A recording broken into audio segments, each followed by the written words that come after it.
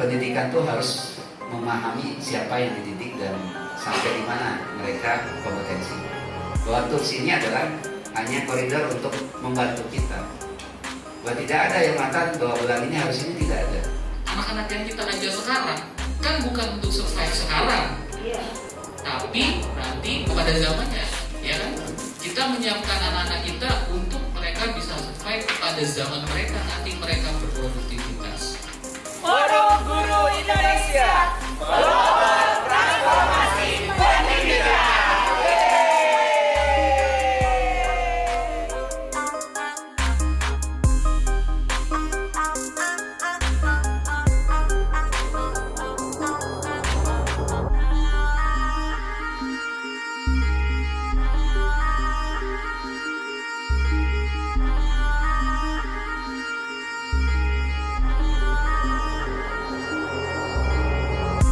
Tadinya saya berpikir hanya PP aja Pak yang datang.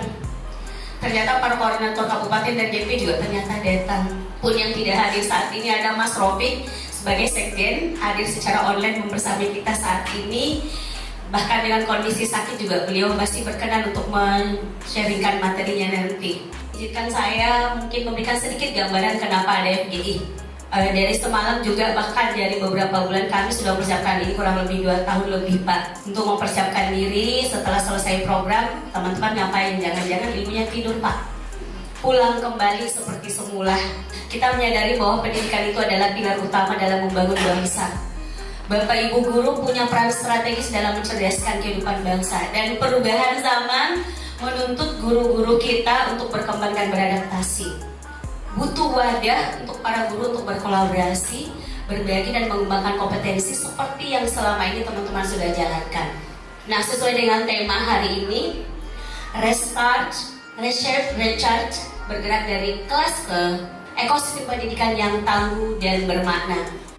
Assalamualaikum warahmatullahi wabarakatuh. Perkenalkan, saya Maurencia, Ketua Umum Forum Guru Indonesia. Ketemu Nasional Forum Guru Indonesia. Tujuannya tidak lebih dari merangkul kembali teman-teman untuk menguatkan, merawat komunitas Forum Guru Indonesia. Temanya Restart, itu kita mengawali kembali, memulai kembali dari awal. Yang kemarin mungkin sempat tertidur, sempat vakum ya gitu. Jadi mengajak kembali teman-teman, ayo kita bergerak dan menggerakkan lagi kembali. Riset itu kita lebih ke gimana merawat komunitas ini untuk menguatkan teman-teman. Ayo sama-sama bergerak. Yang semangat yang kemarin mungkin sedikit memudar atau mungkin sedikit tenggelam, itu kita bangkitkan lagi kembali. Kita mengajak teman-teman untuk sama-sama membangkitkan semangat dan jiwa yang kemarin rapuh mungkin karena aktivitas lain yang mungkin sedikit berbeda dan bingung mau kemana. Jadi merangkul semua teman-teman dari Forum Guru Indonesia. Pasti ada program yang jadi prioritas. Bahwa PR mayoritasnya ini maka. Menurut Pak Nadiem, PR mayoritasnya ini zamannya setelah COVID kan lagi gebar-gebarnya untuk teknologi, ini kesempatan untuk percepatan. Itu betul. Maka mayoritas bagaimana diajak semua masyarakat Indonesia, khususnya pendidikan, untuk ke arah situ. Namun ternyata ya hasil exercise-nya tidak bisa semua. Bahkan mungkin ini sebagian jadi, mungkin prosentasenya saya belum tahu ya. Orang mungkin di GTK atau Ibu-Ibu lebih tahu. Tapi inilah yang mencuat. Nah, karena ini juga harus diperhatikan, makanya zamannya Pak Profesor Mukti ya itu dibenahi. Tetap bahwa hal baik yang sebelumnya seperti apa dijalankan, terus dibenahi. Nah, itulah yang maksud saya, kita harus arif di situ ya. Harus arif, karena tadi juga saya dapat cerita, mungkin ini masih PR Bapak Ibu juga untuk komunikasi ke sebagian teman-teman yang bergerak. Karena Bu Ketua cerita, masih ada yang sebelumnya masih bertahan dengan stempel bergerak. Tidak salah, nggak apa-apa, itu pilihan, tidak dipaksakan. Tapi juga bagaimana membaur dengan perubahan, itu yang perlu dilakukan. Pelatihan yang diberikan apa aja ya? Salah satunya adalah penguatan. Kenapa FGI hadir di tengah-tengah kita kembali? visi misinya untuk menyatukan dan merawat komunitas, tidak lebih dari itu pengembangan kompetensi, dan salah satunya adalah TOT, Training of Trainers, dalam konteks apa yang terbaru kekinian saat ini. Teman-teman saling sharing praktik baik, kemudian belajar bersama-sama seperti apa pembelajaran mendalam itu, bagaimana kemudian mengimplementasikan, kemudian menyusun strategi pembelajaran, kemudian teman-teman yang sudah ikut pelatihan kemarin AI juga men-sharingkan selayang pandang mulai dari ACA sampai N. Yang ikut ini semua perwakilan dari 38 provinsi, koordinator kabupaten kota maupun GP dan teman-teman GP dari perwakilan DKI Jakarta. 6C itu yang seperti apa sih? Kita berbicara tentang kreativitasnya, itu dilalui melalui pendekatan mendalam dalam proses belajar, bukan di hasil gitu. Makanya asesmen formatif itu sangat penting. Asesmen formatif sangat penting ketika dalam proses pembelajaran. Deep learning itu apa yang ingin ditumbuhkan selain kreativitas, Bapak Ibu?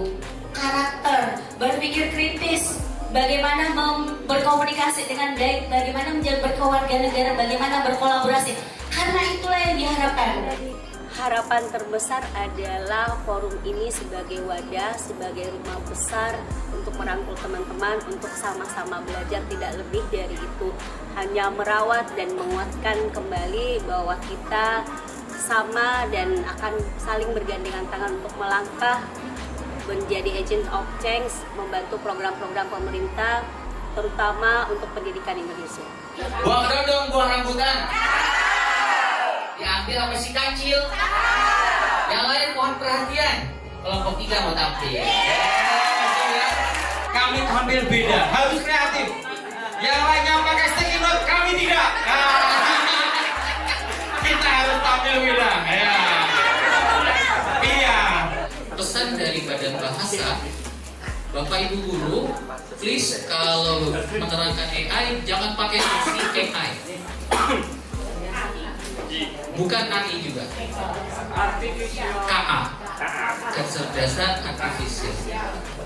Pertanyaannya adalah bagaimana kemudian jika sudah ada TIK dan informatika, tapi lalu muncul barang baru yang bernama coding dan KA. Jawabannya adalah coding dan KA tetap diajarkan, tapi tidak boleh terjadi pengulangan di dalam TIK dan informatika. Nah, Bapak Ibu, untuk yang pertama fase CDEF itu sama, yaitu memahami coding dan KA untuk jenjang dikdasmen. Jadi yang disebut dengan BK itu nanti yang diajarkan adalah logika, abstraksi, dekomposisi, representasi, reasoning, dan algorithmic thinking. Yang algoritmik itu untuk SMA, logika itu bisa di SD, abstraksi itu mengurai, dekomposisi juga mengurai, representasi data itu analisis data. Semua nanti akan ada panduannya Bapak Ibu.